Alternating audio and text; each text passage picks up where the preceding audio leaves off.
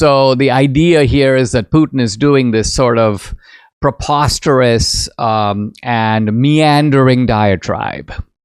But I want to argue that I don't think that's it at all. That what Putin is saying is, and by the way, you could get a version of this argument in many other contexts. In fact, in many other countries.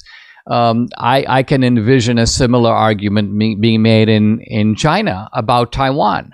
The fact that Taiwan is a new creation.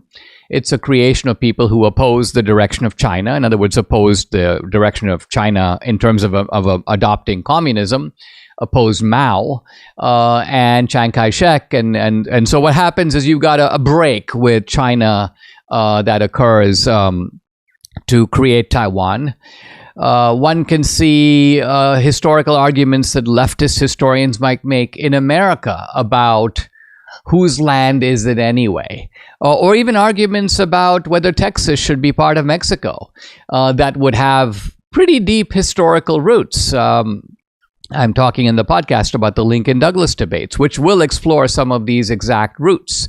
So the notion that property claims are anchored in history. Look at Israel. You could make an argument about the fact that Israel belongs to the Jews because it was their ancestral land.